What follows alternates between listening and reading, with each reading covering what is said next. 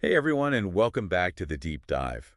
So today we're going to be taking a look at spreadsheets versus apps. Ah, And this is something that I think everyone who's starting a business kind of comes up against pretty quickly. Like, right. what should we be using?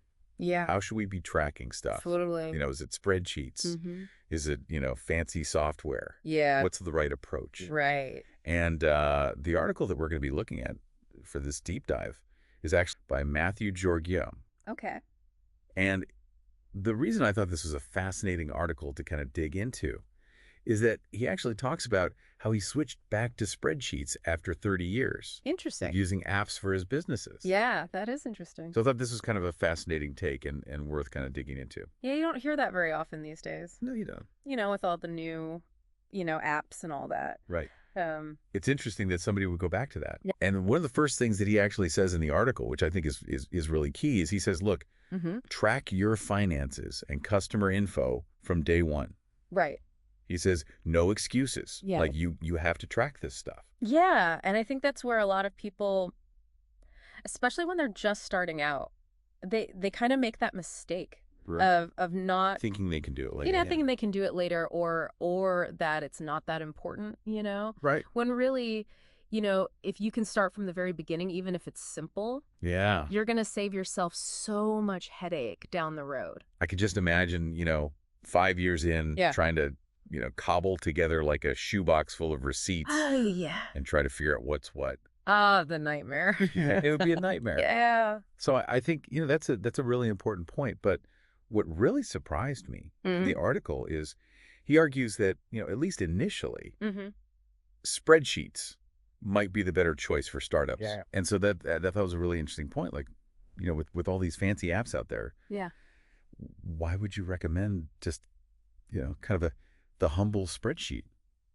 I think a lot of it has to do with in those early stages, you're figuring out your business model. Yeah. Things are changing rapidly. Right. And I think sometimes when you try to set something up in an app too early, Yeah.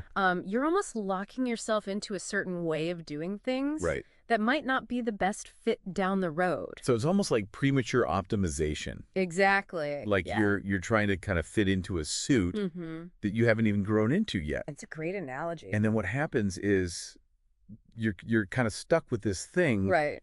that doesn't quite fit right. Yeah, you're constantly trying to make it work Right. instead of just letting things evolve more organically. So one of the things that he did in his article, which I thought was helpful, was he kind of laid out this comparison table of spreadsheets versus apps. Yeah. And went through some of the pros and cons of each. And there were a couple areas that I thought were really relevant Yeah. to startups specifically. And Hmm. and one of them, he actually says, for frequent data entry spreadsheets can actually be more convenient Interesting. than apps. And that kind of surprised me because, Yeah. I mean, we think of apps as being more streamlined and, yeah. efficient. But he's saying Well, I think it's about the context, right? So constantly. if you're constantly entering data, Yeah. if you think about like Yeah. every time you have to switch between a menu or a screen, even if it's well designed, Right. there's a little bit of friction there. Right. With a spreadsheet, everything's right there. Yeah.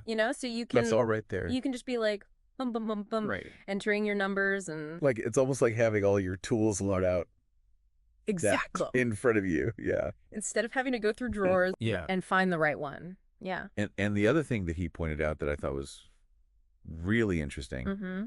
was he talked about kind of the big picture view that you get with spreadsheets. Ah, yeah. He says that, spreadsheets allow you to see all your data at once. Right. And that can reveal patterns and connections Yeah. that might be hidden when you're looking at information in separate apps, Yeah. you know? Yeah, because you're in these silos Yeah. with apps, right? Where it's like, Right. okay, this is my accounting. Right. This is my, customer relationship management. Right. But you're not seeing how those things connect. Exactly. And I think especially for a startup that's trying to like get a handle on everything Yep. and make those strategic decisions, Yeah. it's so important to be able to see the big picture. But even George Kiso, who loves spreadsheets, he does acknowledge, that there's limitations Right. Yeah, there's definitely limitations. to spreadsheets. And I think, we've all been there where you make, one tiny typo Oh, yeah. and it throws off an entire, The whole thing. yeah, the whole thing, Yeah. calculation. And I think also, as your data set grows, Yeah. spreadsheets can become They can get unwieldy. really unwieldy. Yeah. And especially when you start collaborating with other people. Right. Suddenly you've got version control issues. Yeah. People are making edits at the same time, Right. and it can become a real mess. And that's where I think kind of the structured environment Yeah. of an app with those built-in checks and balances and validation rules Right. can really help to ensure that, your data is accurate. Yeah. And that you're, And that you're not making those mistakes. right. Yeah. And that you're collaborating effectively. So, Yeah, it's finding that balance. yeah, it's about finding that sweet spot, Yeah. like when do you make that transition? When do you make that leap? Yeah.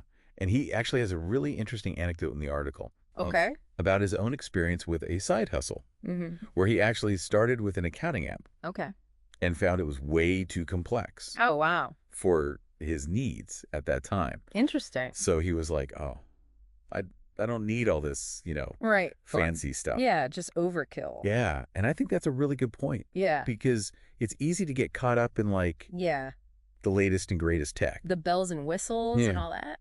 But if you're just starting out, Right. you might not need all that. Yeah. You need to start simple Yeah. and scale up as you grow. And what he ended up doing, which I thought was brilliant, was he's like, okay, Mm-hmm. for my day-to-day, I'm just going to use the spreadsheet Okay. to track, my income and expenses. Yeah. And then at the end of the year, I Mhm. can just take all that data, Roll it up. roll it up into my, accounting app for Sure. tax purposes. That's smart. So he's kind of getting the best of both worlds. Yeah, you're getting the best of both worlds. He's not. You know, Without overcomplicating things. yeah, without overcomplicating things. And so it's about choosing the right tool for the job. Right. Not necessarily, the most, The fanciest one. the fanciest or the most expensive, but what actually makes sense for your business. Right. In your stage of business. Right. So with all that being said, Mm-hmm. there are tons of tools out there. There are. How do we even know where to start? Well, luckily for us, Giorgio provides a list of his recommendations. He does. He breaks them down into categories. He's got accounting software, Okay. CRM systems, Mhm. and then some more general like business management platforms. Okay, great. And it's not just like a generic list. He actually goes into like the pros and cons of each Okay. one, so you can really get a sense of like, That's helpful. you know, what would be a good fit Yeah, for your yeah. specific needs. Especially for those of us who aren't like tech wizards. Exactly. Yeah. It's helpful to have somebody kind of break it down like that. Break it down and give you some guidance. Yeah, so let's dive into some of these specific recommendations. Okay, let's do it. So first up, we've got accounting software. Georgios is a big fan of Wave accounting, especially for startups and small businesses. Wave accounting, yeah, I've heard of that one. It's free. Oh, free is always good. Yeah. Especially when you're bootstrapping. It's cloud-based, covers all the basics, invoicing, expenses, reports. So you're not stuck with like desktop software or anything like that. Exactly. Everything's accessible from anywhere. Now, for his main business, he's actually been using QuickBooks Online for over 20 years. QuickBooks, yeah, that's a big name. A lot of people use that. But he does have a little caveat about their pricing. Yeah. Let's just say he's not thrilled with how they sometimes raise prices kind of unexpectedly. Oh, that's never fun. It's like, bam, your budget's blown. Exactly. And he actually suggests looking at Xero as a potential alternative. Xero, okay. Is that one similar in terms of features? Very similar. Known for being user-friendly and having pretty robust features. So there are options out there, even if you're, watching your spending. Absolutely. Now, when it comes to CRMs, Giorgio has a really interesting approach. Oh, this is where it gets a little unconventional, right? Yeah, he actually recommends Freshdesk. Freshdesk, isn't that primarily for customer support? You got it. But here's the thing. He uses it for both support and CRM. So he's kind of hacking it to do double duty. Exactly. He's resourceful like that. It really shows you how some of these tools can be more adaptable than you might think. It's like thinking outside the box. Yeah. Not just limiting yourself to what the tool is supposed to be used for. Right.